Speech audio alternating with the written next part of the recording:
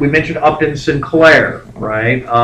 Who wrote what? The Jungle, right? And of course, actually, Upton Sinclair wanted people to see it and see, oh, we should go socialist, and this is an evil capitalism. People read the book and said, oh, meat, let's fix the meat industry. But that was a sign of the kind of yellow journalism that was going on, even though it was a fictional book. More famous in the yellow journalist category were people like, from McClure's magazine, Lincoln Steffens. Lincoln Steffens wrote a series of articles for McClure's magazine called The Shame of the Cities as a series title, but each series was like The Shame of New York, The Shame of Chicago, that's where it gets its title. And what the shame was in each of these cities were the political machines of these cities. He showed the political corruption, and so these were exposés on the political side. And The Shame of the Cities. Lincoln Steffens. Okay, Steffens. S-T-F-F-A-N-S. And this is on, again, your outline, just conveniently. Really? Promise? Okay. And so Lincoln Steffens was one of these guys that was very much into these things. But the muckrakers and the yellow journalists, you can see where that they're aiming at showing all these problems and trying to get people to react to them. But there's also another side, if that's the secular side of it, there's also a religious side called the social gospel. And the social gospel was a certain way of looking at Christianity, which became very popular in the early 20th century and has since kind of moved back to, it's become less popular as a form of political Christianity, and political Christianity has become more, it's kind of returned to sort of a moralizing, demonizing kind of thing where it says, this is negative, stop it, smack with a ruler, okay? But social gospel was a little different. The social gospel was a main way of looking at Christianity in the early 20th century.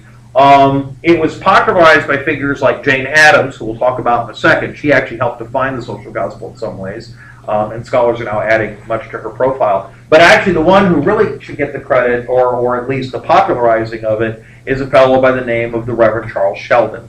Sheldon was a minister, but also a writer, and he wrote a book called In His Steps. Now, has anyone read this book, In His Steps? It's old, and I don't expect many people have.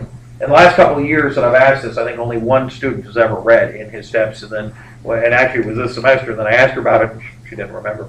But that's okay. I don't expect you all to be reading turn-of-the-century novels as your standard bedside reading. I'd be happy if you were reading, period, and something that wasn't on Twitter. Oh, Charlie Sheen's a wizard. Okay, we get that. Anyway, outside of that, In His Steps was a book by Sheldon. It was semi-autobiographical. He created a figure in it who is a minister. And this book is so important, much more than it would seem to today's audiences. In American literature, for a period of time, it was the 7th best-selling American author and American book in our history, period. Okay? Now, when you consider all the other books that have been published, including Stephen King, etc., that's pretty crazy, right? Okay? It's, by the way, been bumped to the 10th. I actually had a student during my lecture, I said this was 10, 15 years ago, and they looked it up on the internet, and they found out that it's now the 10th best-selling book in American history, apparently. So it's still up there. Well, what was the book and why was it so important?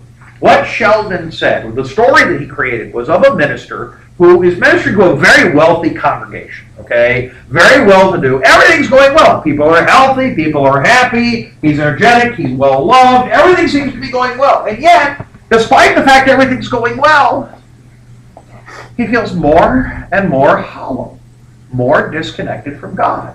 And he feels like something's wrong. And the character one day has this epiphany, this notion.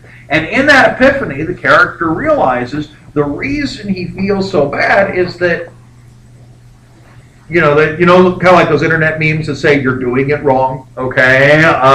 He was saying, like, Christianity, he's doing it wrong. Because he said, look, if I look at the life of Jesus, did Jesus hang around with rich people hanging out in comfy homes and having good stuff and being self-satisfied and say, I'm more saved than thou art? Was that his big thing, to condemn others and be up on high and mighty on his throne? Was that a Jesus thing? No, he hung out with prostitutes. Yeah, with prostitutes and tax collectors, which were a lot like prostitutes, and lepers, which were a lot like tax collectors, and poor people and fishermen, and he taught for free, which is much like what we pay teachers today, He helped out the sick and the poor, and he hung out with the undesirables. And so the character says, you know what? If you're going to be Christian, talking about Christian, you're doing it wrong. If you say, oh, I'm such a good Christian, you should be a Christian too, and you're being rich and powerful and all that, that's not very Christian. What is Christian, he said, was, at least through the character, was to go out and actually, literally in this case, practice what you preach. Emulate the life of Christ. You go out and help the poor, help the needy. That's the social gospel. The social gospel was to go out and help the people who were the less fortunate, the helpless, those who were the needy. And so this became the cornerstone of this idea of the social gospel. And it will inspire groups like, for example, the Salvation Army. The Salvation Army, which was a charitable organization, which has a military structure. So next time you see the little bell ringers during Christmas, salute them. They probably outrank you, okay? Of these things, the Salvation Army starts as an organization to spread the gospel and also feed the poor. Now, admittedly, in its first years, to be fair, it was much better at preaching the gospel than slinging the goulash, okay? It took it a while to get organized and actually do the food part well. But it has become one of the most well-known and well-established relief organizations in the United States. It continues to be, obviously, very visible and active today.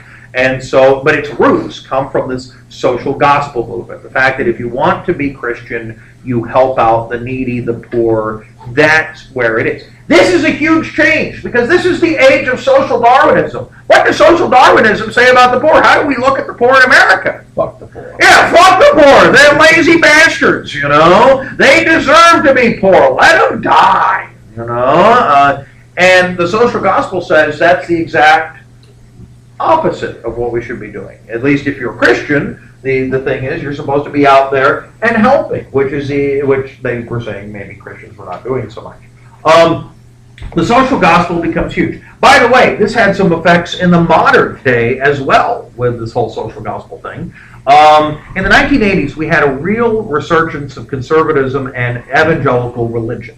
And that included the rise of a lot of TV preachers, Oral Roberts, Jim Baker, Tina Fey Baker with her big old makeup cried on TV a lot, Jerry Falwell, Robert Schuller in the Crystal Cathedral. And with the rise of evangelical TV preaching also came by the 1990s a big commercialization of Christianity, particularly in a lot of outlet chains known as Christian bookstores. And Christian bookstores were really big in the 1990s. And now, like a lot of local bookstores are not just Christian ones, but, a lot of them are having problems. Used bookstores, Christian bookstores, specialty bookstores are beginning to contract in the age of Amazon.com.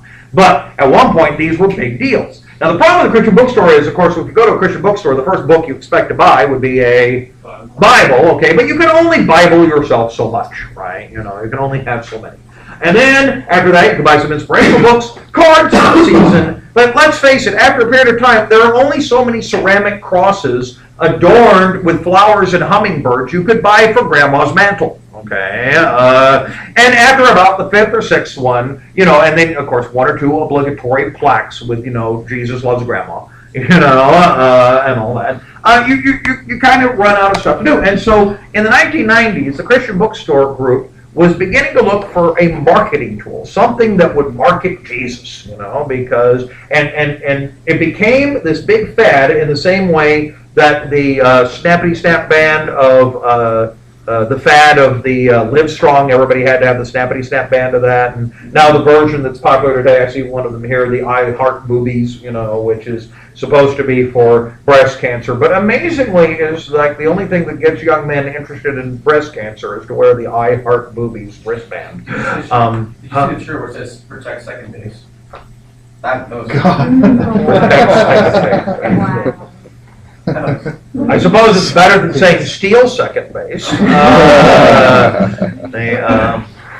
thought it was clever. Yes, well, I was going to say it's because then that would never mind. Just stop right here. Nothing good can come from where I was going to go. Anyway, and I'm all embarrassed all of a sudden. Anyway, but considering where the rest of this lecture is going to go at some point, it's even worse. Anyway, which has nothing to do. Anyway, what the hell?